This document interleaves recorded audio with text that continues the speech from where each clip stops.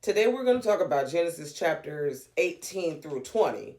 Now, these chapters, they reveal a side of God that some people may overlook. When you slow down and really pay attention to the details, you begin to see some of the traits of his character. See his mercy, his justice, and the way he deals with people long before judgment ever comes.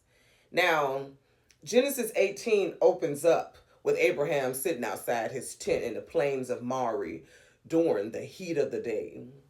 It seems like an ordinary day to him, but nothing dramatic is happening, y'all. But then Abraham suddenly looks up and sees three men standing nearby. At first, they appear to be ordinary travelers, but the chapter reveals something remarkable. One of the visitors is actually the Lord himself, and the other two are angels who will soon travel toward the city of Sodom.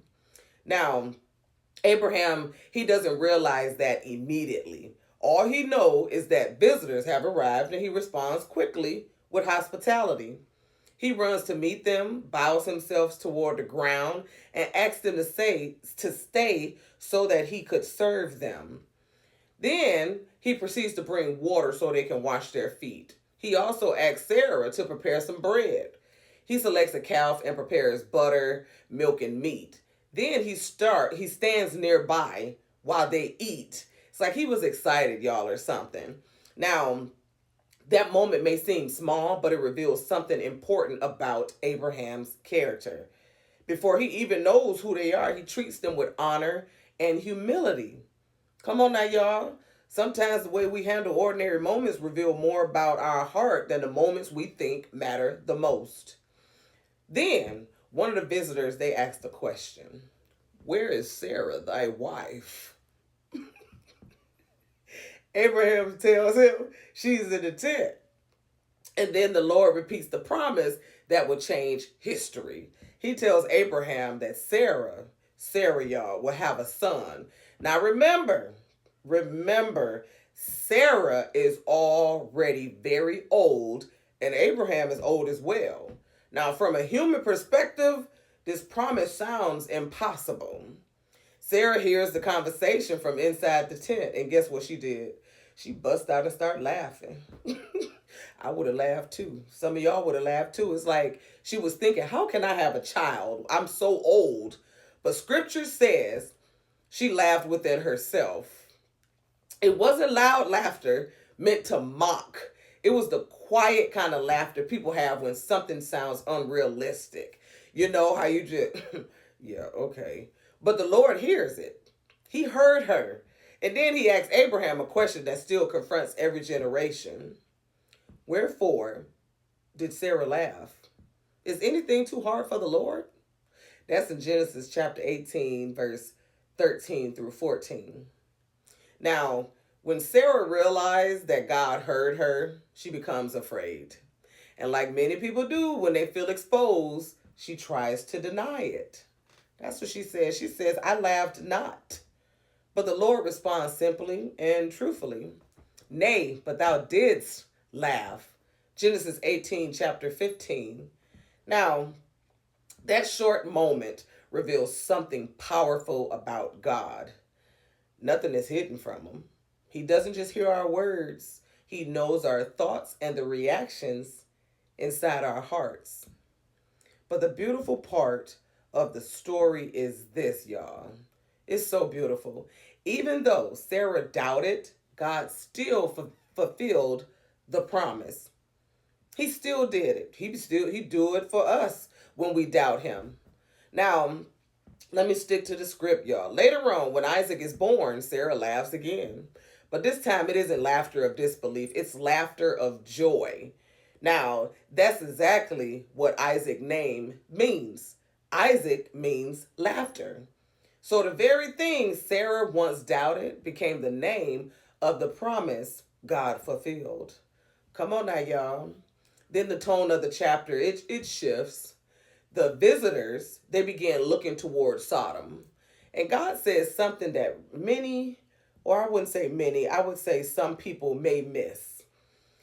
And the verse is, shall I hide from Abraham that thing which I do? That's Genesis 18, chapter 17. God didn't have to reveal anything to Abraham, but he chose to because Abraham walked closely with him. Now, later on, scripture even calls Abraham a friend of God. God explains that he knows Abraham will teach his household and his children to follow the Lord and walk in righteousness. He already knew that. Then the Lord reveals that the cry of Sodom and Gomorrah had become so great and their sin was very grievous. Very grievous, y'all. Now, the outcry against Sodom and Gomorrah had become loud, basically.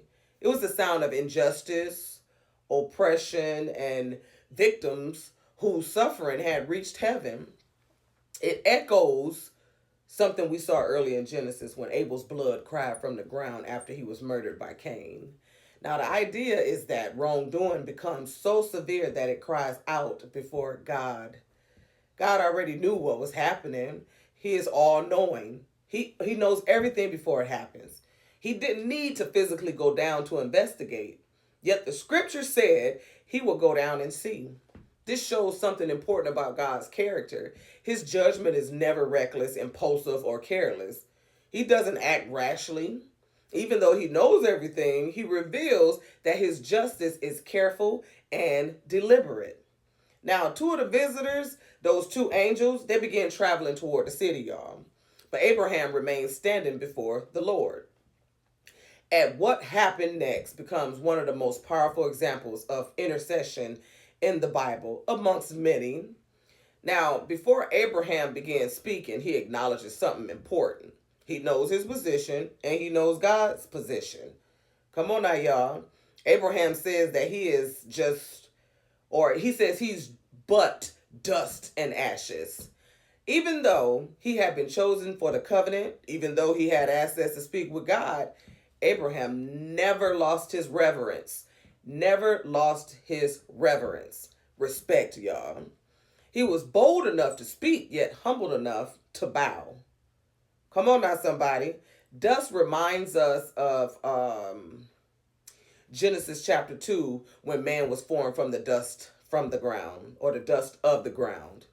Ashes represent mortality, frailty, and the end of human body. Abraham understood that he was speaking to the Creator while remembering that he himself came from dust. His faith was bold, but it was wrapped in deep humility. Then Abraham begins asking God if the city would be spared if righteous people were found there, y'all. He starts with 50. That's the number he was like, oh, if it's 50 people, would you save the city? Then 45, then 40, then 30, then 20, and finally 10. The number 10.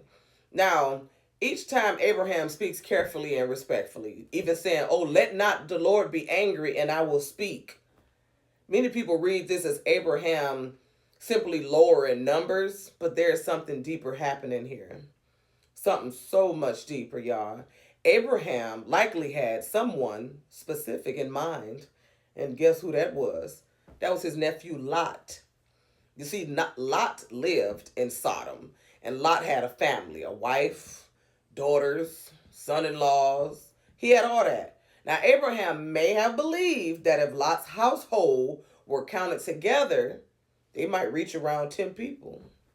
Now, in other words, if Lot's family alone were righteous, maybe the city could have still been spared. Maybe. But something tragic becomes clear. It became very clear in that chapter, y'all. Abraham can't even find 10 righteous people in the entire city. Genesis 19 shows what happens next. Whew, I'm out of breath, y'all. Now, when those two angels arrive in Sodom and Lot sees them sitting at the gate of the city, sitting at the gate often meant someone had influence on leadership there. So Lot had likely become somewhat established in that city. Lot invites the angels into his home and prepares a meal for them, just like Abraham had done earlier. But, the environment around him is completely different. Now, before the night ends, the men of the city surround Lot's house, revealing how deeply corruption had taken hold. Those two angels warned Lot that judgment was coming. Ooh, child. I'm sorry, y'all.